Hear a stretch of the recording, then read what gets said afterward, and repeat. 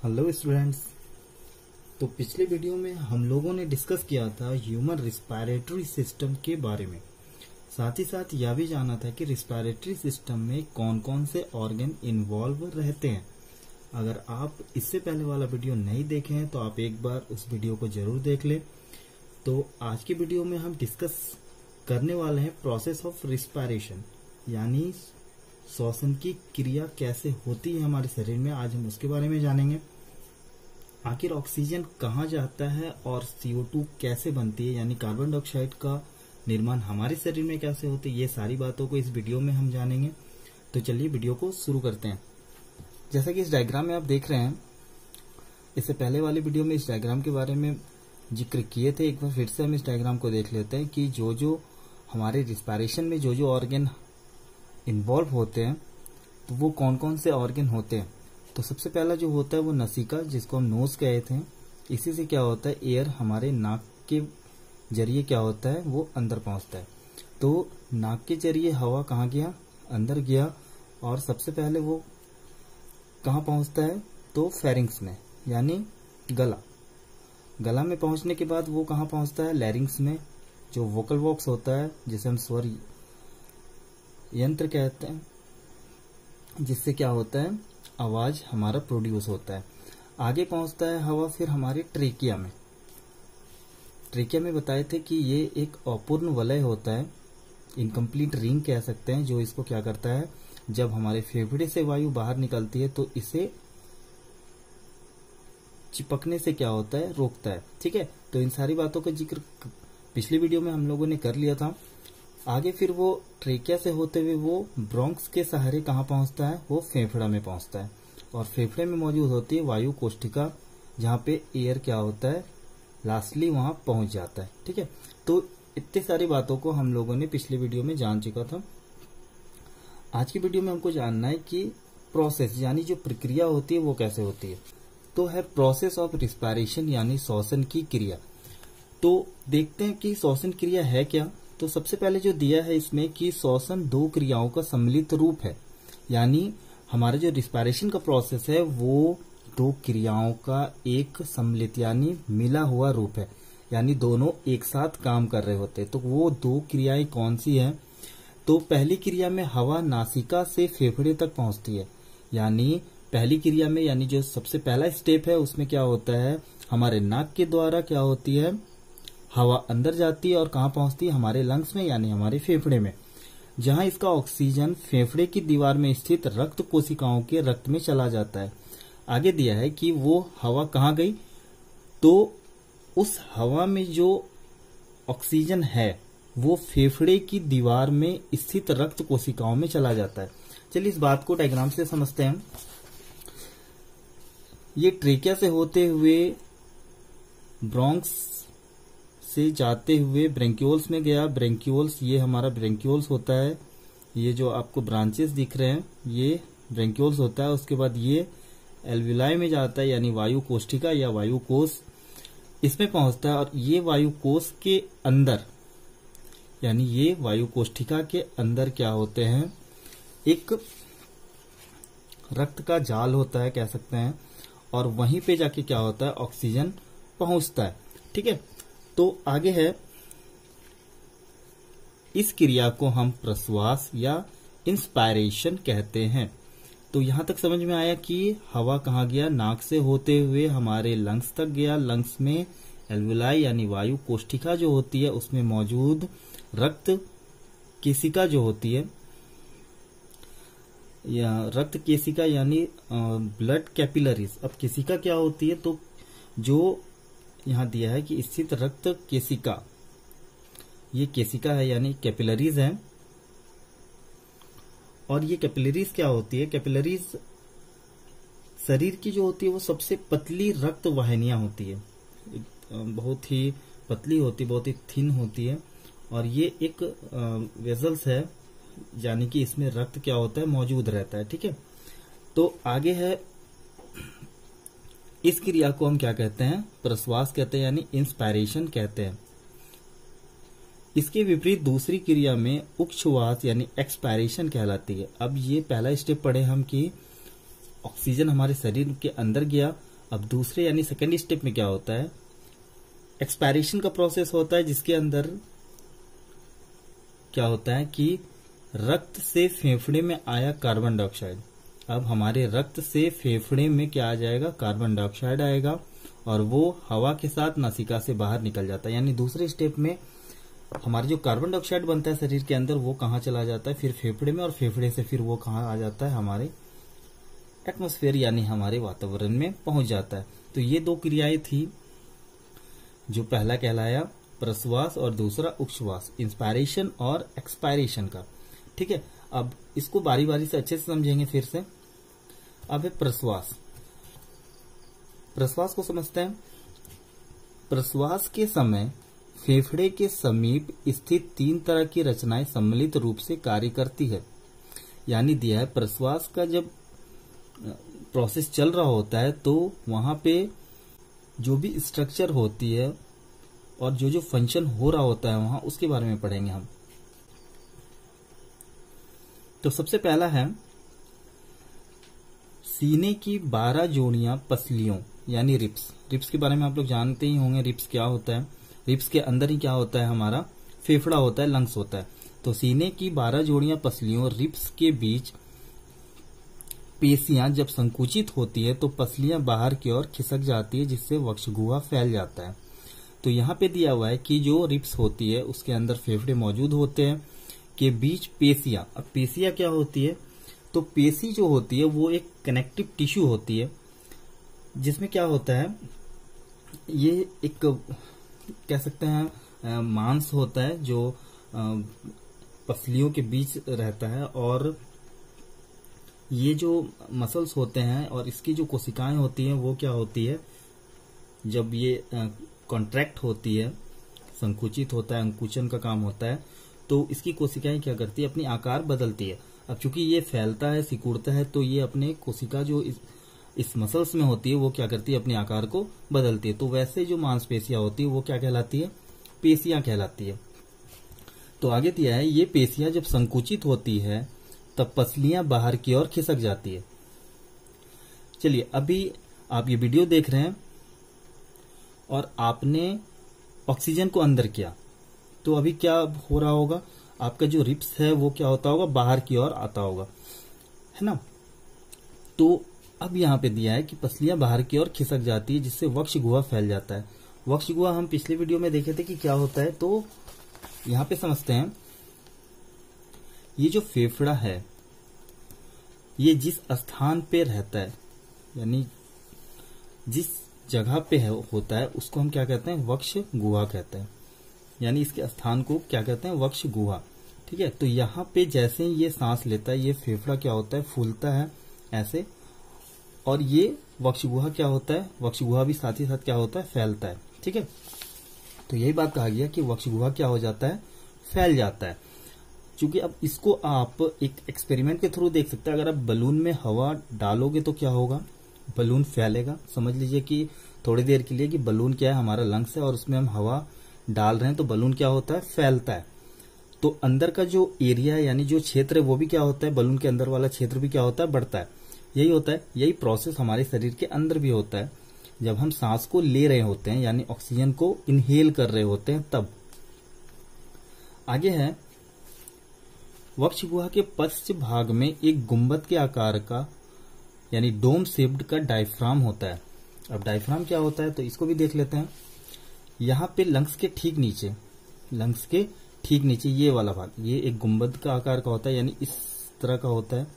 ये गुंबदी रूपी रचना होती है जिसको हम क्या कहते हैं, डायफ्राम कहते हैं। ये डायफ्राम। आगे है जो वक्ष गुहा को उदर गुहा से अलग करता है। यहां दिया है कि ये वक्ष गुहा को उदर गुहा से, ये हमारा वक्ष गुहा है जिस क्षेत्र में हमारे फेफड़े मौजूद हैं, और इसके ठीक नीचे हमारा क्या रहता है, उदर गुहा यानी हमारा एलिमेंट्री कनाल है ना, जो डाइजेस्टिव सिस्टम होता है ठीक इसके नीचे होता है। तो ये डायफ्राम ही क्या करता है, उसको इन दोनों को क्या करता है, अलग करता है, यानी एक बॉर्डर का काम करता है। आगे है पसलियों में गति के साथ डायफ्राम की पेशियों में भी संकुचन होता है।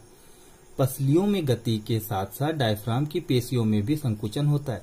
अब यहाँ पे क्या दिया हुआ है कि जैसे ही हमारा फेफड़ा फूलता है, ये डायफ्राम भी क्या होता है, गति करता है, यानी कि ये नीचे जाता है और फिर ये जब हम सांस छोड़ते हैं तो ये ऊपर आता है। यानी डायफ्राम भी एक पेशी है और ये भी क्या करता है, यानी इसमें भी संकुचन और फैलाव होता है। ठीक है, तो ये भी रिस्पायरेशन के लिए क्या करता है, मदद करता है हमारा डायफ्राम। ठीक है, आगे है जिससे डायफ्राम कुछ नीचे दबकर चपटा हो जाता है। तो ये बात मैंने कहा कि अभी जैसे ही हम सांस लेते हैं ये डायफ्राम क्या होता है, नीचे आ जाता है, और जैसे ही हम सांस छोड़ते हैं ये डायफ्राम ऊपर आ जाता है। ठीक है, तीसरा नंबर में जो बात कही गई है वो है उदर की पेशियों के संकुचन से भी वक्ष गुहा में फैलाव होता है। उदर की पेशियों के संकुचन से भी, उदर की पेशियों यानी हमारा जो अब एलिमेंट्री कनाल है, यानी हमारा जो डाइजेस्टिव सिस्टम है, वहां पे जो पेशियां मौजूद हैं, क्योंकि हम देखते हैं कि जब हम सांस लेते हैं तो हमारा जो स्टमक है यानी हमारा जो पेट है वो भी अप डाउन होते रहता है। तो कहीं ना कहीं वहां की जो पेशियां होती है उसमें भी क्या होता है, संकुचन होता है, यानी वो भी फैलता है और वो भी सिकुड़ता है। तो वहां की जो पेशियां होती है वो भी क्या करती है, वक्ष गुहा में फैलाव का कारण होता है, यानी कि वो भी सपोर्ट करता है हमारे वक्ष गुहा को फैलने से और सिकुड़ने से। ठीक है, तो यहां तक हम समझ चुके कि प्रश्वास के प्रोसेस में क्या क्या होता है। आगे दिया हुआ है इस तरह वक्ष गुहा का आयतन बढ़ने से फेफड़े का आयतन भी क्या होता है, बढ़ जाता है। अब यहाँ पे दिया है कि अब ये वक्ष गुहा अगर फैलेगा, यहाँ पे ये वक्ष गुहा फैलेगा तो हमारा फेफड़ा भी क्या होगा, उसको भी स्पेस मिलेगा फैलने के लिए। ठीक है, तो यही बात बताया गया कि जैसे ही वक्ष गुहा फैलता है तो हमारा फेफड़ा भी क्या होता है, फैलता है।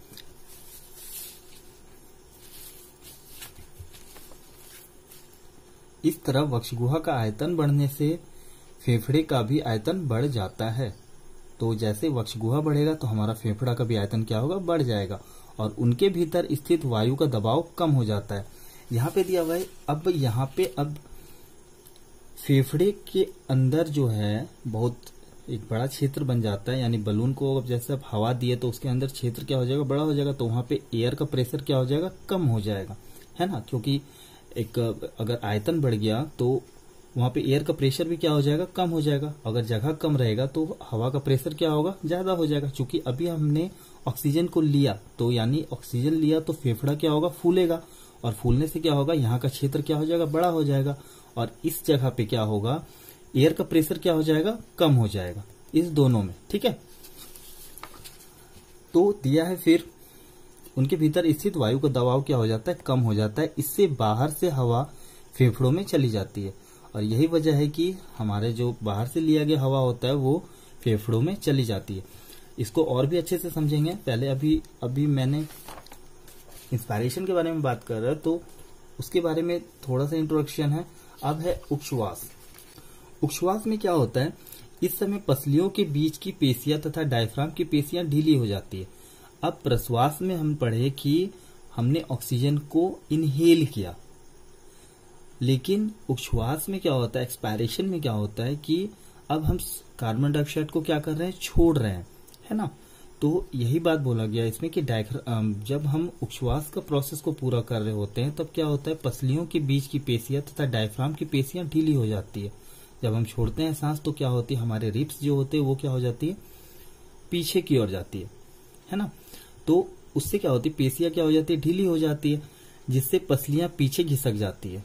जो पसलियां होती है वो हमारे जो रिब्स है वो क्या हो जाती है, पीछे चली जाती है, तथा डायफ्राम जो है वो पुनः गुंबद के आकार का हो जाता है। अब इसको फिर से थोड़ा समझते हैं डायग्राम को लेके। जैसे ही हम इससे कार्बन डाइऑक्साइड बाहर निकलता है तो ये क्या हो जाता है, अपना ये फिर से जैसा पूर्ण आकार का था, अभी जैसे हम इसमें ऑक्सीजन को लिए तो ये डायफ्राम नीचे चला गया, और जैसे ही हम इसको कार्बन डाइऑक्साइड बाहर निकलेगा तो ये डायफ्राम क्या होगा, फिर से अपने गुंबद के आकार का रूप ले लेगा। यही बात कहा गया। ठीक है, आगे दिया है गुंबद के आकार का हो जाता है। इस अवस्था में वक्ष गुहा तथा फेफड़ों पर दबाव बढ़ जाता है। अब यहाँ पे बात किया गया कि दबाव बढ़ जाता है, क्यों बढ़ जाता है, क्योंकि यहाँ पर जो हवा थी वो क्या हो गई, बाहर निकल गया, और इसका आयतन क्या हो गया फिर से, यानी इसका क्षेत्र जो हो गया वो कम हो गया, और क्षेत्र कम होने की वजह से क्या हो गया, यहाँ का जो एयर का प्रेशर था वो क्या हो गया, बढ़ गया। ठीक है, क्योंकि क्षेत्र बड़ा होने से हवा का दबाव कम था, लेकिन क्षेत्र कम हो जाने से यानी इसका वॉल्यूम आयतन कम हो जाने से क्या हो गया, यहाँ पे एयर का प्रेशर क्या हो गया, बढ़ गया। अब इसमें फिर आगे दिया है कि इस अवस्था में वक्षुआ तथा फेफड़ों पर दबाव बढ़ जाता है और वो पिचक कर कार्बन डाइऑक्साइड मिश्रित हवा को ट्रेकिया तथा फिर नासिका छिद्रों के द्वारा बाहर निकाल दिया जाता है। आगे दिया है कि अब इसी अवस्था में क्या होता है कि वो पिचक जाते हैं, यानी फेफड़े क्या होते हैं, पिचकते हैं और फिर कार्बन डाइऑक्साइड मिश्रित हवा, अब जो भी हवा जो कार्बन डाइऑक्साइड से मिली हुई होती है वो ट्रेकिया के सहारे कहाँ चली जाती है, फिर नासिका छिद्र से वो बाहर निकल आती है। ठीक है। अब श्वसन की दो अवस्थाएं प्रश्वास तथा उच्छ्वास मिलकर श्वासोच्छ्वास यानी ब्रीथिंग कहलाता है। यानी ये दोनों प्रक्रियाएं आपस में जब मिलती है, यानी हम इनहेल और एक्सहेल का काम दोनों एक साथ, यानी प्रश्वास और उच्छ्वास का काम दोनों साथ में कर रहे होते हैं, तो दोनों मिलकर क्या बनता है, श्वासोच्छ्वास यानी ब्रीथिंग कहलाता है। ठीक है, तो यहां तक समझ आ गया होगा। आगे है फेफड़ों में श्वसन गैसों का आदान प्रदान। ये सबसे ज्यादा इंपॉर्टेंट है, इसी चीज को समझना है इस वीडियो में। ठीक है, तो सबसे पहले दिया है कि प्रश्वास के द्वारा वायुमंडलीय वायु नासिका तथा श्वास नली से होते हुए फेफड़े की वायु की कोष्ठिका में पहुंच जाती है। यहाँ पे दिया है प्रश्वास के। अब प्रश्वास चूंकि आप समझ चुके हैं कि क्या लेना, अब एयर को हम ले रहे हैं यानी अंदर की ओर खींच रहे हैं। तो यहाँ पे दिया है कि प्रश्वास के द्वारा वायुमंडलीय हवा या वायु जो कहिए वायु नासिका तथा श्वास नली से होते हुए, हवा को मैंने क्या किया, इनहेल किया, और ये श्वास नली हमारा ये जो है ये क्या है, हमारा श्वास नली है। तो नासिका से होते हुए श्वास नली के द्वारा क्या किया, मैंने हवा को लिया। उसके बाद श्वास नली से होते हुए फेफड़े की वायु कोष्ठिका में पहुंच जाती है। अब जो हमारा एल्वुलाई है यानी हमारा जो वायु कोष्ठिका है, ये इसमें हवा क्या हो जाता है, पहुंच जाता है। यानी इस जगह पे हमारा वायु सारे में क्या होता है, पहुंच जाता है, वायु कोष्ठिका में पहुंच जाती है। वायु कोष्ठिका के चारों ओर रक्त कोशिकाओं का घना जाल होता है। क्योंकि हम बता चुके कि वायु कोष्ठिका के चारों ओर क्या होता है, कैपिलरीज मौजूद होती है, केशिकाएं जो होती है वो इसी के अंदर मौजूद होती है। एक रक्त का घना जाल होता है, यानी यहाँ पे हमेशा क्या होता है, रक्त भरा पड़ा होता है। ठीक है, अब आगे है शरीर के विभिन्न भागों से अनऑक्सीकृत रक्त यानी डीऑक्सीजनेटेड ब्लड, यानी वैसा ब्लड जो अभी पूरी तरह से ऑक्सीजनेटेड नहीं है, यानी वो ऑक्सीजन से नहीं मिला है, पहले हृदय में पहुंचाया जाता है। यानी वैसा रक्त जो ऑक्सीजनेटेड नहीं है वो कहाँ पहले पहुंचाया जाता है, हमारे हार्ट में, और उसके बाद हार्ट कहाँ ट्रांसफर करता है उस ब्लड को, हमारे लंग्स में। डीऑक्सीजनेटेड ब्लड पहले हृदय में पहुंचाया जाता है या पहुंचता है, जहां इसे फेफड़े में भेज दिया जाता है। ऐसे रक्त को सीरिय रक्त भी कहा जाता है, यानी वेनस ब्लड। तो यहाँ पे दिया हुआ कि वैसा रक्त जो डीऑक्सीजनेटेड होता है यानी ऑक्सीजनेटेड नहीं होता, यानी वो अभी तरह से शुद्ध रक्त नहीं कहलाएगा, वैसा रक्त क्या कहलाता है, सीरिय रक्त कहलाता है। और यही सीरिय रक्त हृदय से कहाँ भेजा जाता है, लंग्स में भेजा जाता है, यानी फेफड़ों में भेजा जाता है। ठीक है, सीरिय रक्त फेफड़े की वायु कोष्ठिका के चारों ओर स्थित रक्त कोशिकाओं में पहुंच जाता है। अब जो ये सीरिय रक्त है यानी डीऑक्सीजनेटेड ब्लड कहाँ पहुंच गया, हमारे वायु कोष्ठिका में, है ना। अब सीरिय रक्त फेफड़े की वायु कोष्ठिका के चारों ओर स्थित रक्त केशिकाओं में पहुंच जाता है। तो यहाँ पे दिया हुआ है जो अब डीऑक्सीजनेटेड ब्लड है वो अब वायु कोष्ठिका में जो रक्त केशिका है यानी जो कैपिलरीज है वो वहां पहुंच जाता है। कौन सा ब्लड, तो डीऑक्सीजनेटेड ब्लड पहुंच जाता है। ठीक है, वायु कोष्ठिकाओं में स्थित वायुमंडलीय हवा में करीब 21% ऑक्सीजन होता है। अब इसको डायग्राम से ही समझते हैं फिर से। यहाँ पे इस वायु कोष्ठिका में क्या होता है, डीऑक्सीजनेटेड ब्लड होता है। ये यहाँ पे डीऑक्सीजनेटेड ब्लड होता है यानी अनऑक्सीकृत रक्त होता है। अब जैसे ही मैंने हवा को लिया और इसके अंदर क्या हुआ, हवा गया। ठीक है, तो अभी जो हवा मैंने लिया उसमें ऑक्सीजन की मात्रा क्या होगी, ज्यादा होगी, क्योंकि वो बाहर जो होता है वो 21% ऑक्सीजन की मात्रा होती है, क्योंकि वहां पे क्या होगा, ऑक्सीजन जो होगा वो ज्यादा होगा। और यहाँ पर जो ब्लड है, यहाँ पे जो होगा ब्लड वो क्या होगा, यहाँ पे ऑक्सीजन की मात्रा क्या होगी उस ब्लड में, यानी जो कैपिलरीज कैरी कर रही है जो केशिकाएं जो हैं वो जो ब्लड को कैरी कर रही है उसमें ऑक्सीजन की मात्रा क्या होगी, बिल्कुल कम होगी। ठीक है, तो यही बात बोला गया कि वायु कोष्ठिका में स्थित वायुमंडलीय हवा में करीब 21% ऑक्सीजन होता है। अभी हमने जो एयर को लिया उसमें जो है ऑक्सीजन की मात्रा क्या है, ज्यादा है, जबकि रक्त केशिकाओं में स्थित सीरिय रक्त और अभी जो कैपिलरीज में हमारा प्रेजेंट ब्लड है उसमें ऑक्सीजन की मात्रा क्या है, बहुत ही ज्यादा कम है, अपेक्षाकृत कम होती है। अर्थात वायु कोष्ठिका की हवा में ऑक्सीजन का आंशिक दबाव, यानी वायु कोष्ठिका में जो हवा का ऑक्सीजन का जो आंशिक दबाव होगा वो सीरिय रक्त की अपेक्षा बहुत अधिक होगा। कहने का मतलब यहाँ पे ये बताया गया कि जो अब हमारा डिफ्यूजन का प्रोसेस होगा वो क्या होगा, शुरू हो जाएगा। यानी कि अब हमारा ऑक्सीजन जो होगा वो जो फेफड़े में एयर है वो एयर से कहाँ पहुंच जाएगा, उस ब्लड में पहुंच जाएगा जो अब तक डीऑक्सीजनेटेड था। यानी विसरण के माध्यम से वो क्या हो जाएगा, जो वहां पे एयर है उसमें जो ऑक्सीजन की मात्रा जो सबसे ज्यादा है वो एयर से कहाँ पहुंच जाएगा, वो उस ब्लड में पहुंच जाएगा। तो यही बात बोला गया इसमें कि अर्थात वायु कोष्ठिका की हवा में ऑक्सीजन की आंशिक दबाव सीरिय रक्त की अपेक्षा बहुत अधिक है। अब यहाँ पे ऑक्सीजन का दबाव किसमें ज्यादा होगा, जो हमने अभी एयर लिया उसमें जो होगा ऑक्सीजन का दबाव क्या होगा, ज्यादा होगा, जबकि सीरिय रक्त में जो ऑक्सीजन का दबाव होगा वो क्या होगा, बहुत कम होगा। यहाँ पे दिया है सीरिय रक्त की अपेक्षा बहुत अधिक होता है, किसमें, उस एयर में जो मैंने अभी इनहेल किया, जिसके कारण ऑक्सीजन का विसरण वायु कोष्ठिकाओं से सीरिय रक्त में हो जाता है। अब यहाँ पे दिया हुआ कि जो अब ऑक्सीजन का जो विसरण है, यानी विसरण का जो प्रोसेस होगा वो वायु कोष्ठिकाओं से सीरिय रक्त में हो जाता है। यानी इसके अंदर जो एयर प्रेजेंट है, इसके अंदर जो एयर गया और इसके अंदर जो ब्लड कैपिलरीज हैं और उसमें जो ब्लड है वो अब ब्लड अभी डीऑक्सीजनेटेड, लेकिन इसके अंदर जो एयर है उस एयर में ऑक्सीजन की मात्रा ज्यादा है, लेकिन जो ब्लड है डीऑक्सीजनेटेड ब्लड है उसमें ऑक्सीजन की मात्रा कम है। तो एयर क्या होता है, एयर से वो ट्रांसफर हो जाता है विसरण के प्रोसेस की वजह से, किसमें, डीऑक्सीजनेटेड ब्लड में।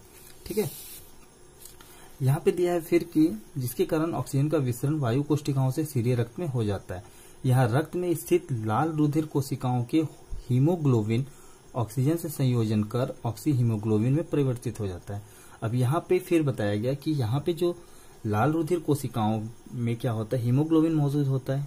जो भी रेड ब्लड सेल्स होते हैं उसमें हीमोग्लोबिन होता है, क्योंकि आप जानते हैं कि उसी की वजह से क्या होता है, खून का रंग लाल होता है। तो वही हीमोग्लोबिन ऑक्सीजन के साथ क्या करता है, संयोग करता है, यानी कि मिलता है उसके साथ, और फिर मिलने के बाद क्या होता है, ऑक्सी हीमोग्लोबिन में वो परिवर्तित हो जाता है। ठीक है, जो रुधिर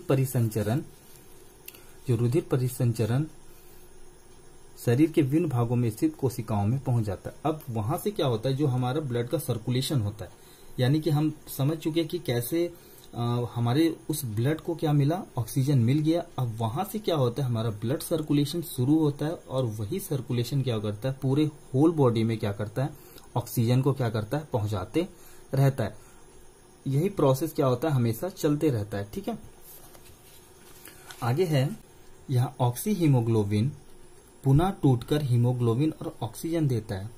अब फिर क्या होता है, ये ऑक्सी हीमोग्लोबिन जो अभी ऑक्सीजन से मिलकर ऑक्सी हीमोग्लोबिन बनाया, वो पुनः एक बार फिर से टूटता है और हीमोग्लोबिन और ऑक्सीजन क्या हो जाता है, बिल्कुल अलग अलग हो जाता है, टूटकर हीमोग्लोबिन और ऑक्सीजन देता है। इस तरह ऑक्सीजन विभिन्न कोशिकाओं तक पहुंचता है और यही यानी ब्लड सर्कुलेशन की वजह से क्या होता है, ये ऑक्सीजन क्या होता है, प्रत्येक सेल में पहुंचता है, जहां इसका उपयोग भोजन अणुओं के ऑक्सीकृत कर ऊर्जा उत्पादन में किया जाता है।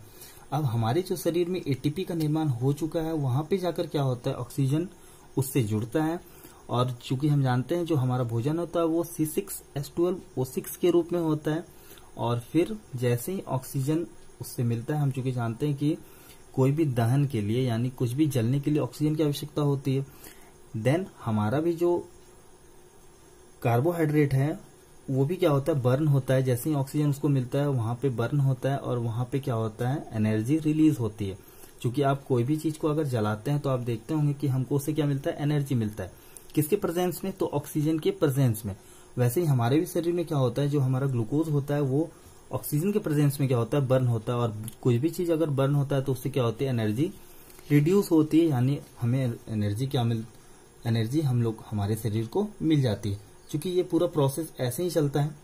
तो आगे देखिए दिया है, इसके पश्चात उत्पन्न कार्बन डाइऑक्साइड। अब चूंकि बर्न हुआ वहां पे एनर्जी, तो वहां पे कौन सी गैस रिलीज हो रही है, तो कार्बन डाइऑक्साइड रिलीज हो रही है। फिर विसरण द्वारा कोशिकाओं से रुधिर कोशिकाओं के रक्त में पहुंचता है, और फिर ये क्या होता है, फिर वहां पे एक विसरण का प्रोसेस होता है, और जिसकी वजह से क्या होता है, कार्बन डाइऑक्साइड जो होता है फिर से दोबारा उस रक्त में पहुंच जाता है। यहाँ यह रुधिर हीमोग्लोबिन से संयोजन कर, यानी एक बार फिर से ये क्या करता है, हीमोग्लोबिन से संयोजन कर कार्बोक्सी हीमोग्लोबिन बनाते हैं, जो परिसंचरण के द्वारा इसी रूप में फेफड़ों में पहुंचता है। तो ये हुआ कि जैसे ही हमारा ऑक्सीजन बर्न हुआ सेलुलोज के साथ मिलके एनर्जी प्रोड्यूस हुआ, तो कौन सी गैस रिलीज हुई, कार्बन डाइऑक्साइड बना, और फिर वो विसरण माध्यम के द्वारा फिर से कहाँ पहुंच गया, रुधिर के कोशिकाओं में। ठीक है, यानी हमारे फिर से वो आरबीसी यानी रेड ब्लड सेल्स में फिर से वो कार्बन डाइऑक्साइड क्या हो गया, पहुंच गया।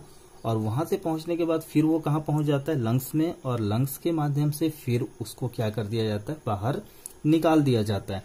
तो यही चीज है जो परिसंचरण के द्वारा इसी रूप में फेफड़ों में पहुंचता है, और फिर फेफड़ों से क्या किया जाता है, उसको बाहर निकाल दिया जाता है।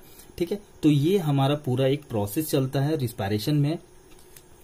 आगे दिया है, इसको एक डायग्राम से अगर हम समझें तो ये हमारा श्वसन मार्ग है, और इसमें हम क्या किए, ऑक्सीजन को क्या किए, हम लिए, और इधर CO2, ये ऑक्सीजन को लिए, ये हमारा श्वसन मार्ग है, यानी जो भी चीजें श्वसन मार्ग जो हमारा होता है, जैसे लैरिंग्स, फेरिंग्स, ट्रेकिया, तो वहां से होते हुए कहाँ पहुंचता है, वो लंग्स में पहुंचता है। और लंग्स में फिर दिया हुआ है कि लंग्स को ऑक्सीजन मिला, और ये रुधिर की हीमोग्लोबिन द्वारा ऑक्सीजन को क्या किया, ग्रहण किया। अब यहाँ पर फिर दिया हुआ है कि रुधिर के हीमोग्लोबिन द्वारा ऑक्सीजन को क्या कर लिया गया, ग्रहण कर लिया, क्योंकि हम अभी पढ़े थे कि ऑक्सीजन से मिलकर ऑक्सी हीमोग्लोबिन बनाता है। उसके बाद फिर दिया है रुधिर द्वारा ऑक्सीजन का परिवहन। अब फिर जैसे ही वो ऑक्सीजन मिल जाता है उस ब्लड के साथ, तो वो फिर क्या होता है, यानी सर्कुलेशन जो परिवहन होता है, रक्त रुधिर द्वारा ऑक्सीजन का परिवहन, यानी ब्लड सर्कुलेशन के माध्यम से फिर वो क्या होता है, ऑक्सीजन हमारे पूरे होल बॉडी में सर्कुलेट होना शुरू हो जाता है। अब यहाँ पे जैसे कि देख रहे हैं कि ऑक्सीजन का कोशिकाओं में परिवहन, अब जैसे ही यहाँ पे रुधिर द्वारा यानी रक्त के द्वारा ऑक्सीजन का परिवहन शुरू होता है, यानी सर्कुलेशन शुरू होता है, प्रत्येक सेल में क्या होता है, ऑक्सीजन पहुंचना शुरू हो जाता है। यहाँ पे आप सेल लिख सकते हैं, सेल या टिश्यूज।